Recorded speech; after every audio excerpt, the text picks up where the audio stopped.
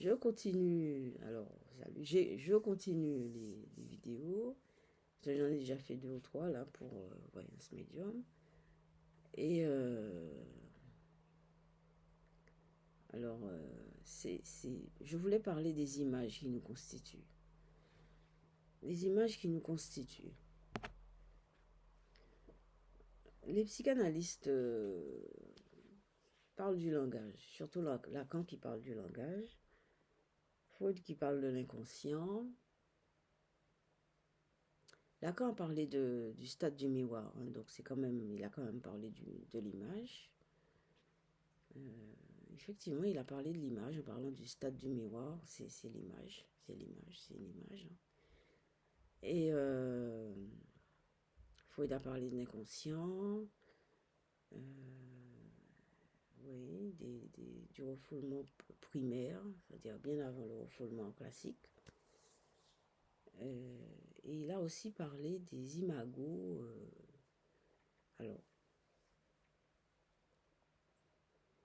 Alors Lacan a repris le terme d'imago, il a travaillé imago aussi, mais Freud a parlé des images, des représentations, etc.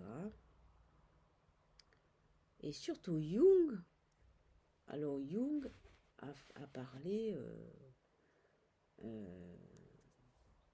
de l'inconscient.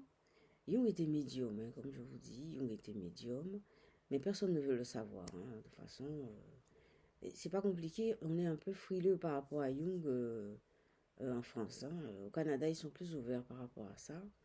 Mais, ben oui, parce que Jung était médium, il avait des flashs, il tirait le tarot. Freud aussi tirait le tarot. Et voilà. Et ça, il ne faut pas parler de ça, de tout ce qui est théorie psychanalytique, c'est très carré, les gens, etc., refusent tout ce qui est médiumnité et tout ça. Bon, pourquoi je vous parle de la médiumnité? Parce que quand on est médium, on travaille beaucoup avec les images, on dit les flashs, on a des visions, c'est des images, c'est des images. Les visions, dans les visions, c'est des images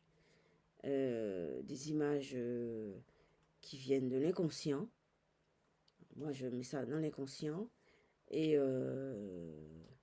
mais c'est pas l'inconscient quand on pense d'inconscient inconscient, c'est pas l'inconscient incapable.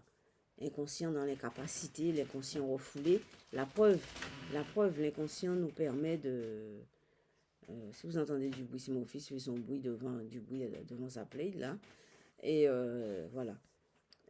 C'est pas l'inconscient inconscient incapable, mais c'est l'inconscient actif. S'il nous donne des visions, s'il nous permet d'avoir des visions, c'est l'inconscient dans le temps, dans son temps, l'inconscient dans son espace.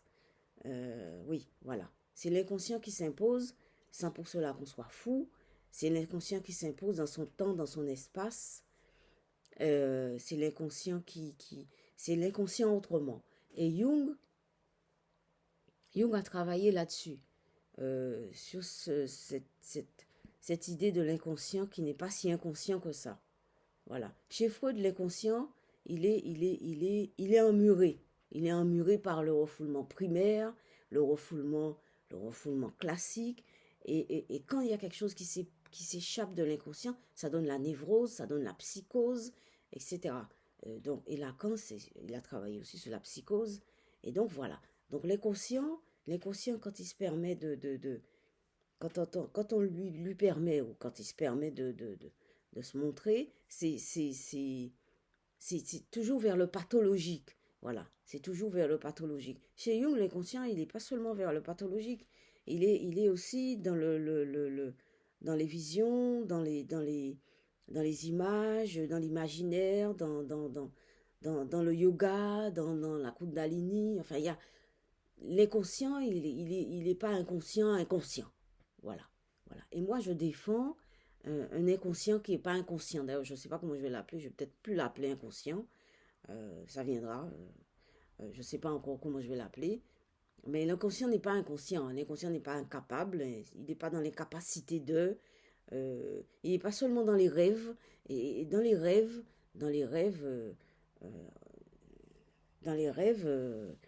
il y a, chez Freud, les rêves sont masqués, sont condensés, déplacés, etc. Non, il y a l'inconscient hein, on fait des rêves qui sont des rêves, qui sont des rêves, qui sont des rêves qui passent du temps du sommeil à la réalité. Ben, j'ai bien vu la dame devant, hein.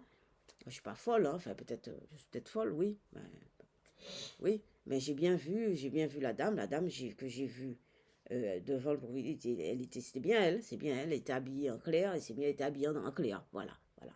Et ça, c'est l'inconscient, hein, c'est pas inconscient, c'est l'inconscient dans toutes non, il n'est pas dans toute sa puissance, hein, non, mais c'est quelque chose qui n'est pas en rapport ni avec l'espace, ni avec le temps classique, linéaire qu'on a l'habitude de faire, 1, 2, 3, l'espace, on est dans une pièce, on passe dans une autre pièce, etc.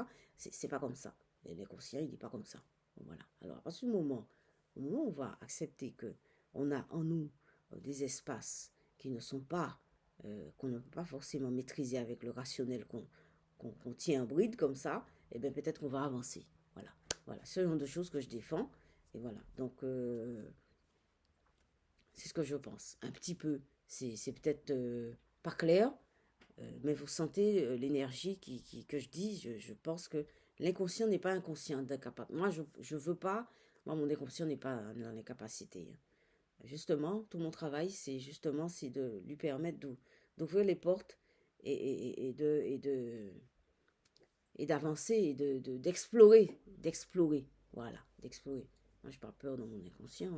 Peut-être que je ne sais pas ce qu'il y a dedans, mais j'avance dans ce travail euh, sans peur. Voilà.